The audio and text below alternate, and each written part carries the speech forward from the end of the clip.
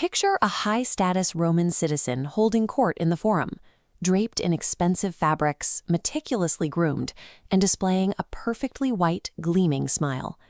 To get that brightness, they relied on a highly prized secret ingredient. It arrived in sealed clay jars, shipped across the Mediterranean, and was literally aged human urine. A Roman who cared about their appearance treated this liquid like a modern mouthwash. They swirled it around their teeth, held it there, and spat it out. To make the daily experience slightly more bearable, some recipes called for mixing it with a splash of goat's milk. This was a highly formalized beauty practice. The wealthy elites of an incredibly advanced civilization woke up every morning and deliberately rinsed their mouths with human waste to maintain their social standing. That liquid rinse was only half the routine. To polish the enamel, Romans scrubbed their teeth with harsh, abrasive powders made from pulverized bone, ground pumice stone, and crushed oyster shells. They also developed a bizarre luxury supply chain for the rinse itself. You could use local supplies, but the wealthiest patricians paid premium prices to import bottled urine from the Iberian Peninsula, convinced that foreign waste offered the absolute strongest bleaching power available. Everyone in Rome knew exactly how these bright smiles were made, and it became a prime target for satire. The sharp-tongued poet Catullus wrote a verse specifically to mock a man named Ignatius, who had a habit of flashing his bright teeth at every possible occasion. Catullus immortalized him in a poem, pointing out his gleaming teeth and implying that the brighter the smile, the more obvious the method.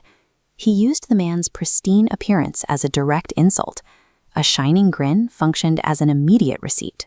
It told everyone in the Forum that you were vain enough and wealthy enough to regularly gargle high-end imported urine. Why would a foul, decaying liquid actually leave teeth looking visibly brighter? This animation shows the chemical decomposition that happens when urine sits in a warm climate. As it ages, the urea inside the liquid breaks down over time and produces ammonia compounds. Ammonia is highly alkaline. When applied to a surface, it aggressively cuts through grease, oils, and organic buildup. It strips away stains and lifts that dark film right off the enamel, acting as a highly effective bleaching agent. The Romans knew absolutely nothing about urea, molecular decomposition, or the chemistry of alkalinity. They only observed the end result.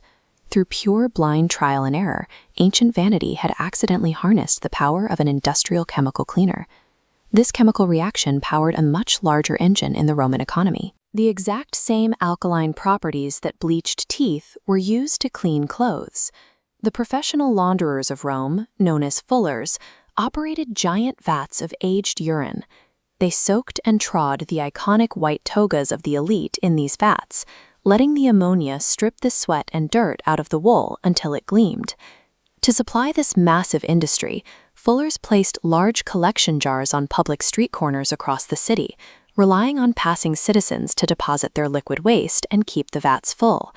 The volume of this collected material became so vast and so crucial to commerce that Emperor Vespasian decided to levy a tax on the public latrines.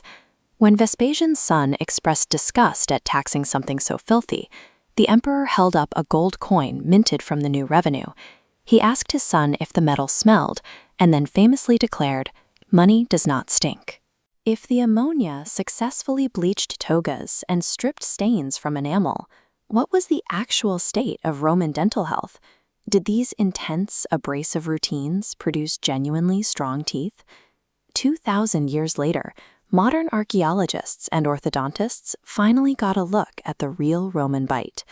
They examined the human remains preserved in the ash of Mount Vesuvius. The eruption in the year 79 had trapped the citizens of Pompeii and Herculaneum, freezing their final moments and leaving their skeletons perfectly encased. The medical scans revealed a stunning biological reality. The Romans possessed incredibly strong teeth, with virtually zero cavities across the entire population studied. The skeletal evidence showed dense bone structures and sturdy enamel that had easily survived 2 millennia underground without decaying. But these perfectly preserved smiles belonged to everyone.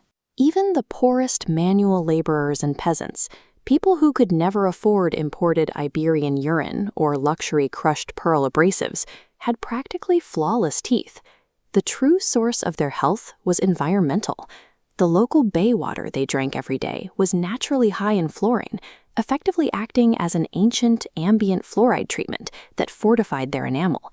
The second and more crucial factor was found by sifting through the ancient drains of Herculaneum. The everyday Roman diet contained absolutely zero refined sugar. Their meals consisted of natural, nutrient-dense foods: figs, grains, olives, lentils, and fish. This simple diet naturally protected the mouth from the acid-producing bacteria that cause modern tooth decay. The daily vanity ritual of gargling ammonia and scrubbing with crushed shells actually carried hidden risks of bacterial infection and worn-down enamel. It offered a cosmetic illusion of cleanliness, completely disconnected from internal health. The Roman elite spent their fortunes importing jars of foreign waste to chase a bright reflection in the mirror. Meanwhile, their actual biological health came entirely from the simple peasant food on their plates and the water in their cups.